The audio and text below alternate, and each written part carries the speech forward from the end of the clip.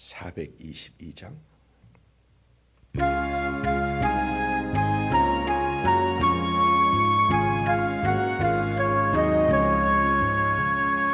거룩하게 하소서 진리의 주님이여, 나의 맘의 죄악을 불태워 주옵시고, 쓰심에 합당한 깨끗한 그릇으로 쓰임받게 하소서. 하나님 나라 위에.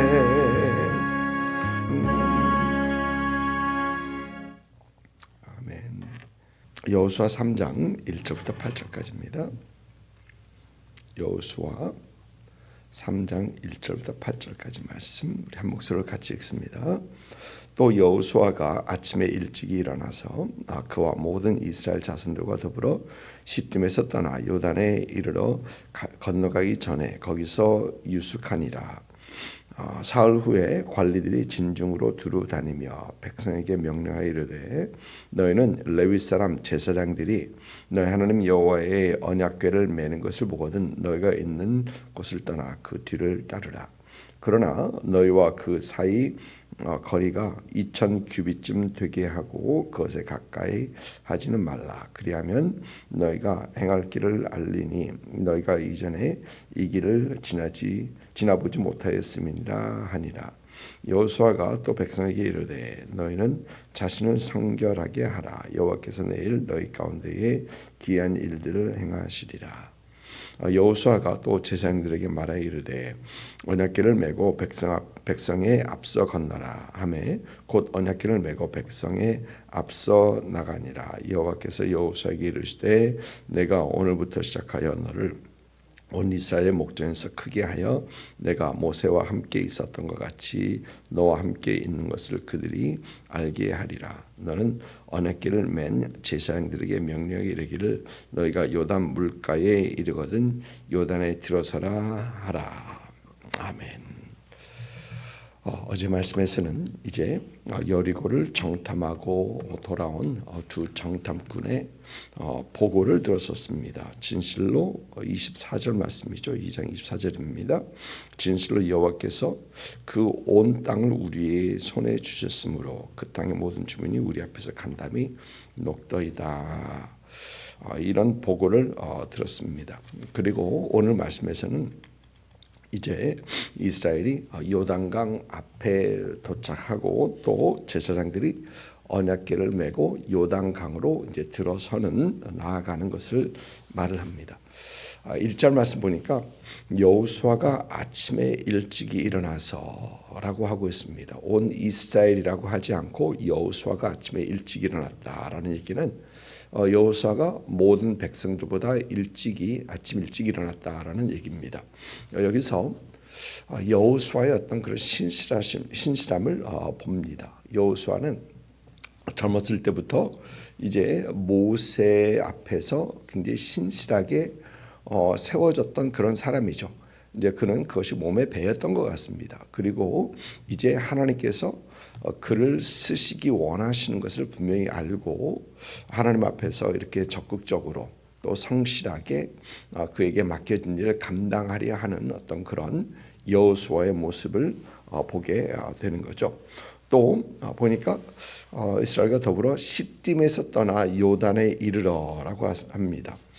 시딤과 요단의 거리가 약 12km, 그러니까 7.5마일 정도라고 합니다. 시딤은 또 바알 부올의 사건, 민수기 25장에 나오는 그런 사건이죠. 그런 사건이 시딤에서 있었는데 이제 그들은 그 뒤에 있었던 그 과거의 모든 것을 다 떨쳐버리고 이제 하나님께서 원하시는 그곳을 향하여 나아가는 그런 모습을 보여주고 있습니다. 과거를 버리고 과거를 뒤로 하고 앞으로 나아가는 전진하는 어떤 그런 모습이죠. 우리 어떤 뭐 다들 그렇진 않겠지만 어떤 분들은 과거에 붙잡혀서 나아가지 못하는 어떤 그런 사람들도 없잖아 있습니다. 그런데 과거에서는 배울 것은 배우고 또 하나님께서 나아가시는 하나님께서 향하시는 원하시는 그곳으로 우리는 앞으로 나아가야 합니다. 우리 성경을 보면 하나님께서는 항상 이 마지막을 향하여 나아가시는 그 하나님을 봅니다. 마지막 하나님의 구원의 그 과정, 그 인류 구원의 과정을 향해서 하나님께서는 쭉 나아가십니다.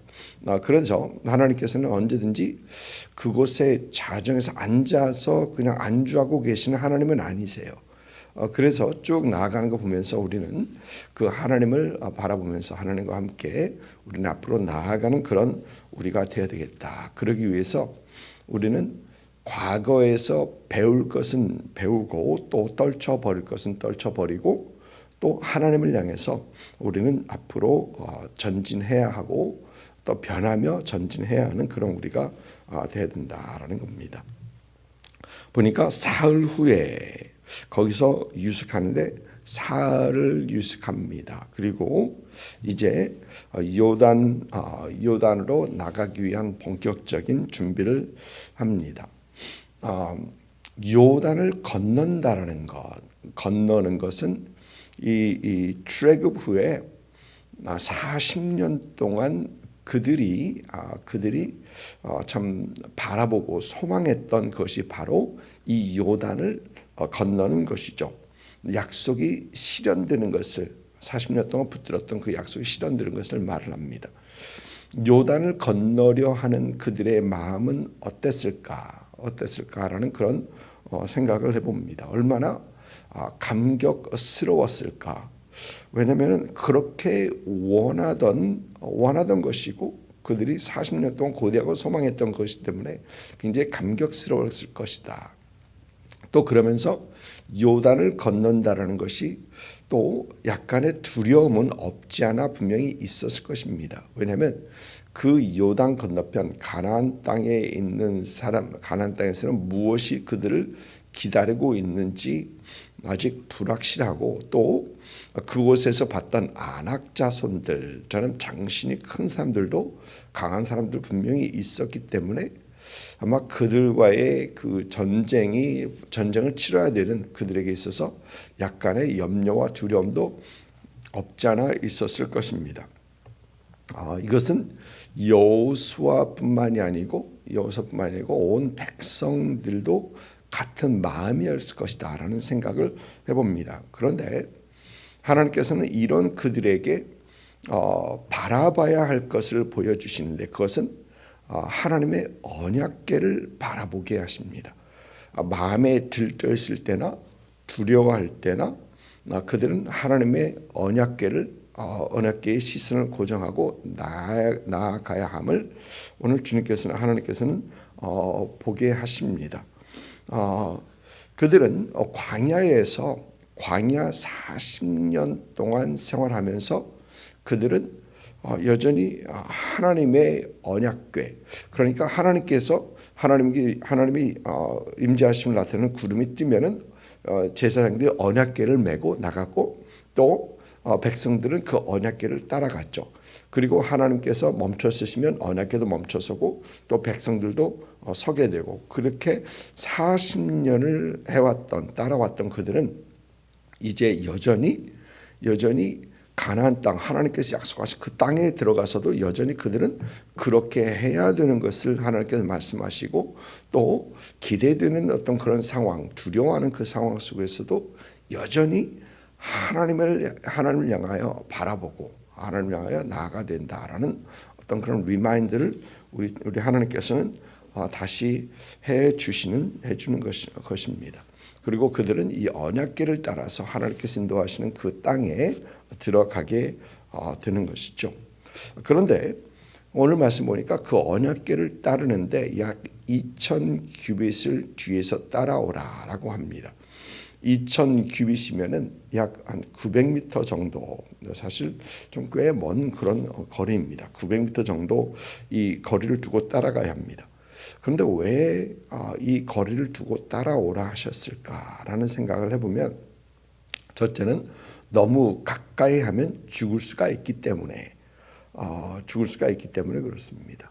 웃사가 하나님의 법궤를 함부로 만졌다가 실수로, 고의적은 아니었겠지만 만졌다가 죽었던 것을 우리는 성경에서 보고요. 또 하나님의 법궤에 신성했던 것을 보게 되는데, 또 두 번째는 한 그 정도 디스턴스를 두고 모든 백성에게 볼 수 있게, 모든 백성이 다 하나님의 법궤를 볼 수 있을 정도로 어떤 그런 거리를 두고 따라오게 하시는 겁니다. 하나님께서는 온 백성에게 그들의 시선이 다른 곳으로 집중하지 않고 오직 하나님께로만 집중하게 하는 것이죠. 베드로가 예수님께서 오라라는 그 예수님의 말씀, 주님께서 무리를 걸으시는 것을 본 베드로가 주님 나로 하여금 오게 하소서. 그러니까 주님께서는 오라 그러시니까 물 위를 걸어갑니다. 보면 물 위를 걸어가고 있습니다. 그런데 베드로가 주위에 있는 환경을 바라보기 시작합니다. 바람과 거세게 몰아치는 파도, 물결을 바라보니까 베드로가 빠지기 시작하죠. 시선을 우리 주님께 집중하고 우리 주님의 말씀에 집중했을 때는 그래도 주님께서 다른 사람이 경험하지 못하는 어떤 그런 놀라운 기적을 그는 경험하고 있는데, 시선을 주님께서 떼서 다른 곳을 바라보니까, 환경을 바라보니까 그가 빠져들더라라는 것입니다. 여러분, 우리의 시선은 항상 주님께, 주님의 말씀에 두어야 하는 것을 오늘 말씀을 보면서 생각해 봅니다. 히브리서 11장을 보면, 히브리서 11장은 믿음의 장으로서 믿음의 선진들을 쭉 어떻게 그들이 믿음으로 제 약속을 받았는가에 대해서 쭉 기록하고 있죠. 그러면서 12장으로 들어가 보면은 이러므로 우리에게 구름같이 둘러싼 허다한 증인들이 있으니라고 하죠. 그런데 아무리 구름처럼 많은 믿음의 선진들의 그 증인이 있으면 뭐합니까? 우리의 시선이 주님께 집중되어 있지 않으면 아무리 많은 증인들이 있어도 우리에게는 큰 도움이 안 되는 거죠. 그래서 히브리서 12장 2절에서는 그러므로 우리가 믿음의 주요 온전케 하시는 예수를 바라보자. 바라보자, 시선을 집중하라는 겁니다.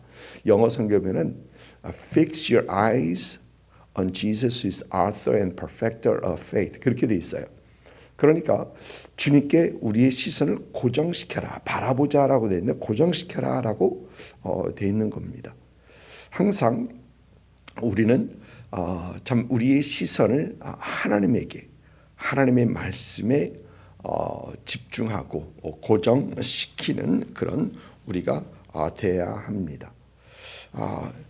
이스라엘 백성, 모든 이스라엘 백성이 하나님을 바라봐야 하는, 하나님의 말씀을 바라봐야 합니다.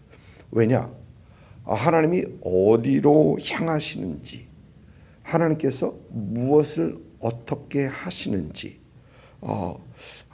그것을 알기 위해 바라봐야 합니다. 5절 말씀 보니까 5절 말씀 보니까 이 너희는 자신 성결케 하라라고 하면서 여호와께서 내일 너희 가운데 기이한 일들을 행하시리라. 분명 하나님께서 그들 중에서 행하시는 기이한 일, 이 기이한 일은 마치 홍해가 갈라지는 것처럼 요단강도 갈라지게 되는 어떤 기이한 일들, 그들은 하나님께서 하시는 이 일을 보고 그 하나님께서는 그 하나님의 일에 들어오라, 하나님의 하신 일로 그들을 초청하고 있는 것입니다. 그런데 그들이 하나님을 바라보지 않고 시선을 주님의 말씀에 두지 않으면 그들이 하나님이 향하시는 길이나 하나님께서 하시는 길이나 하나님의 초대에 응할 수 없기 때문인 것이죠. 오늘 말씀 보니까 하나님께서는 이 여호수아를 백성들에게 모세가 백성들의 목전에서 크게 하여 모세와 함께 있었던 것처럼 너와 함께 있는 것을 그들에게 알게 하리라. 그러니까 홍해 사건과 요단강 사건을 하나님께서는 같이 말씀하시고 내가 모세를 그렇게 들었었던 것처럼 너도 그렇게 존귀케 하리라 라고 하나님께서 하십니다. 그런데 이 여호수아뿐만 아니라 이 하나님께서 하신 일로 초대받는 사람은 여호수아뿐만 아니라 모든 백성들이 다 하나님께로 초대를 받습니다. 그리고 하나님께서는 그 일을 위하여 하나님을 여전히 바라보는 것뿐만 아니라 보니까 너희 자신을 성결하게 하라라고 하십니다. 하나님께서 거룩하신 분이시고 하나님께서 하신 일은 거룩하신 일이기 때문에 하나님께서는 그들을 거룩하게 하게 하시고 또 하나님께서 행하시는 일로 초대하시고 하나님께서 그들 중에서 일하시고 역사하시는 것입니다.